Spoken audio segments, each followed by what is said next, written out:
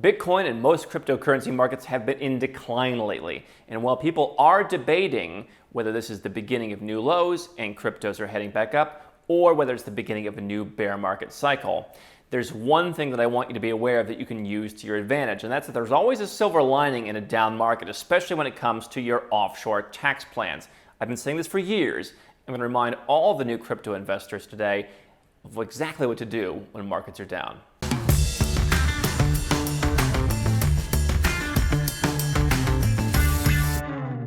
Hi, I'm Andrew Henderson, the author of this book, and I'm the founder of Nomad Capitalist, where we help 7- and 8-figure entrepreneurs and investors legally go where you're treated best. More at nomadcapitalist.com. So if you wake up, you log into your exchange, you look at the crypto charts, and you see the value of your Bitcoin, your Ethereum, your other cryptocurrencies is going down. I see a lot of people on social media that are freaking out.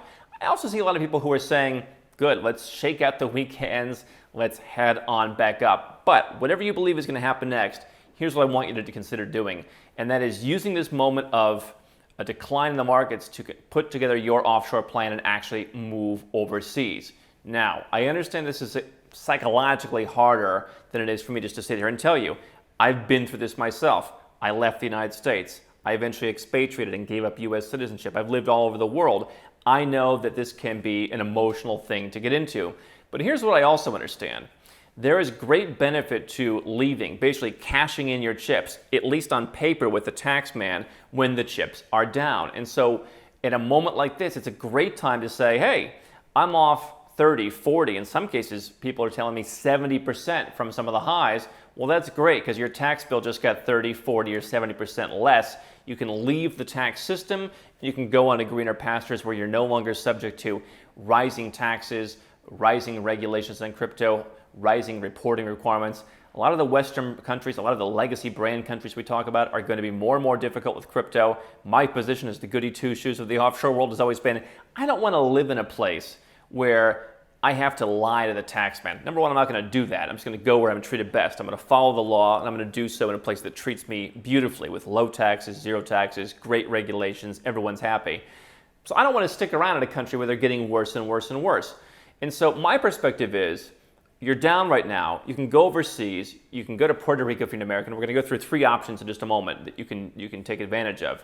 But if you can commit at least a couple of years, a couple of years in the scope of your life is not really much to sneeze at, right? So 3 years, 5 years, even 7 years, those are good time frames. Sometimes people, they think, hey, can I move overseas for 6 months, cash in all my chips, and then come back and avoid tax? Yeah, that's pretty difficult. But if you look at it from a 3, 5, 7-year perspective, if you really believe in crypto, if you really believe this thing is going long-term back up, right, then now is the time to again, get your chips off the tax table at a lower value. Now, if you think that the numbers are going to go lower still, then wait for that. But if you think they're going to go back up, then now's a great time to do that. Now, this is especially important for crypto maxis, people who are all in crypto. I'm in crypto. I'm not all in crypto. And so for me, I'm writing it out.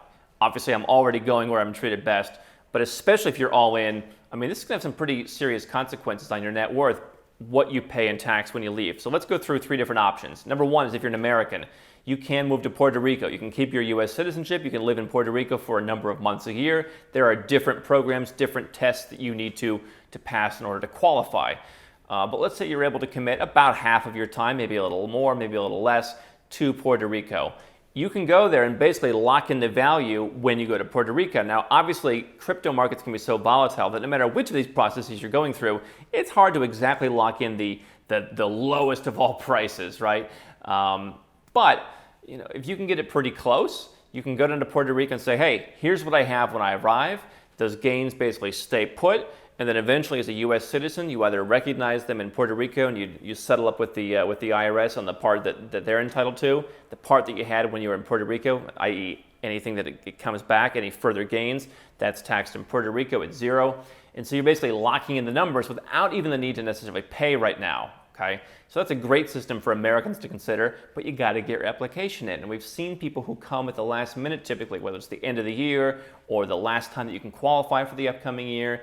And it doesn't happen in a day or two. You have to have things going. So it's always good to potentially plan ahead and get your application to leave your country going so that way you have the full control and flexibility. But Puerto Rico is a good option for Americans and theoretically some non-Americans if you have status in the US. The second option is you can simply leave your country. This is not if you're not an American, because if you're simply a US citizen and you go somewhere else, then your capital gains like crypto are going to be taxed. There are a few ways you can deal with that, but they generally don't work very well. So for non-Americans, simply becoming a taxed non-resident of your country. Again, this is not done in a day. You need to close connections to the country. You need to shut down your ties. You need to migrate other assets, non-crypto assets, elsewhere. You need to make sure you don't have a house.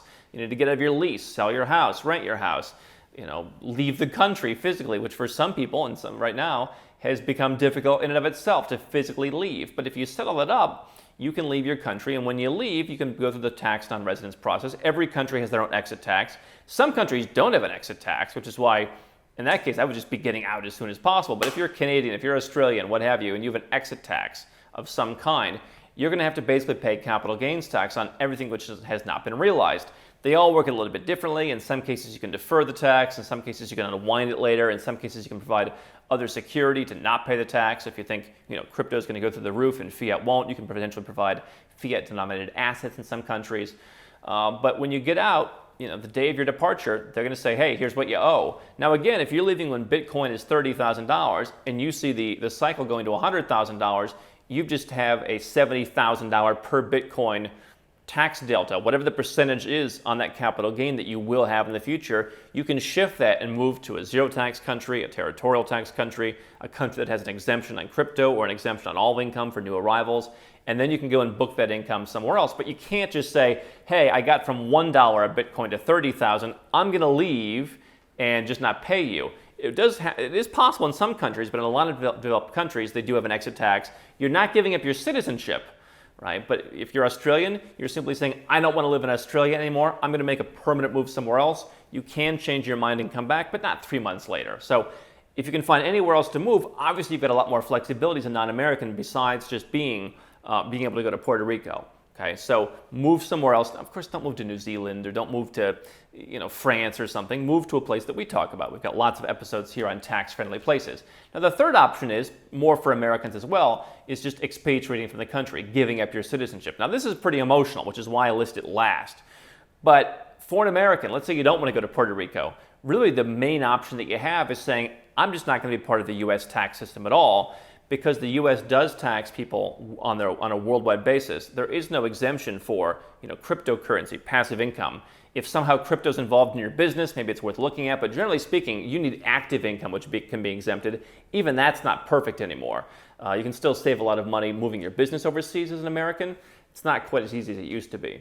But for crypto, you're kind of stuck. For stocks and that kind of stuff, you're kind of stuck. And so if Puerto Rico is not an option and you don't want to be there, you want the flexibility to go anywhere in the world the way that non-Americans can go, then that's when renouncing your citizenship comes into play. Big decision, not one I would make entirely just for financial decisions. I think sometimes the finance benefits are the icing on the cake, whereas there are other reasons you want to leave. But if you want to thoroughly cut your ties, that's one thing you can do. Now here's the challenge. There is a waiting list building up because the embassies were closed for over a year. You have a handful of them reopening right now. To where if you already have a second passport, or if you don't, you should be working on one. I think everyone in crypto with any kind of crypto asset should be working on or should have a second passport as an insurance policy. But if you get your second passport, you can go and you can go through this process. And you can cut your ties with the U.S. Basically, the day before you go in and you deal with them for the last time, they figure out, okay, what do you have on this day? And so now it's a matter of figuring out, okay, what are all the tax strategies I can use to make sure I'm presenting myself in the best light and minimizing my tax legally as much as possible. Everything should be legal. Everything should be above board. There are forms to file. There are things to do in all of these cases. But if you do it legally, I think the silver lining when crypto prices go down, when any asset price of what you have goes down, and crypto, of course, being fast growing, having volatility, you've got more of these swings. But especially when you see a down market, it's a great opportunity to say, hey, on paper, my assets are down, whether I'm moving to Puerto Rico, whether I'm leaving my country as a tax non-resident, whether I'm giving up my citizenship. Here's my financial position today. It may be better a week from now, but that's not really your concern because I'm going through the right steps to get myself out of the system legally. Whatever happens later, you keep that if you make the right moves with where you go. That's why I think, people always come to me when crypto, Bitcoin was $65,000. there's a line around the block. We still have a lot of people coming to us. But what I always see is when the chips are down, people get kind of worried, oh, you know, I'll do it later. Now is the time to do it. You can leave when it's 65,000, and if you think it's going from 65 to 265, that's still a good move. But right now you've got yourself an opportunity, again, to reduce 30, 40, 70%. That's the frame of mind I've been thinking. Put the fear to the side. This is the time that I think it's worth it to save yourself some money. How can Nomad Capitalist help you? 4 ways. Number 1, subscribe to our channel and click the notification bell to make sure you get our new video every day. Number 2, get a copy of Nomad Capitalist, the book. You'll learn a lot of my personal experiences over a dozen years of studying this stuff, as well as exactly some of the strategies that you can use to build your Nomad Capitalist plan. Number 3, if you're not sure where to start, but you want to come and learn from my team and I, you want to come and mingle with like-minded people, learn more about our live conference, Nomad Capitalist Live. It's coming up soon. And number 4, if you want some help right now because you've got a burning issue, you need something solved, you want to lower your taxes, get a second passport, or build the Nomad Capitalist lifestyle of your dreams, go to nomadcapitalist.com and click on Become a Client.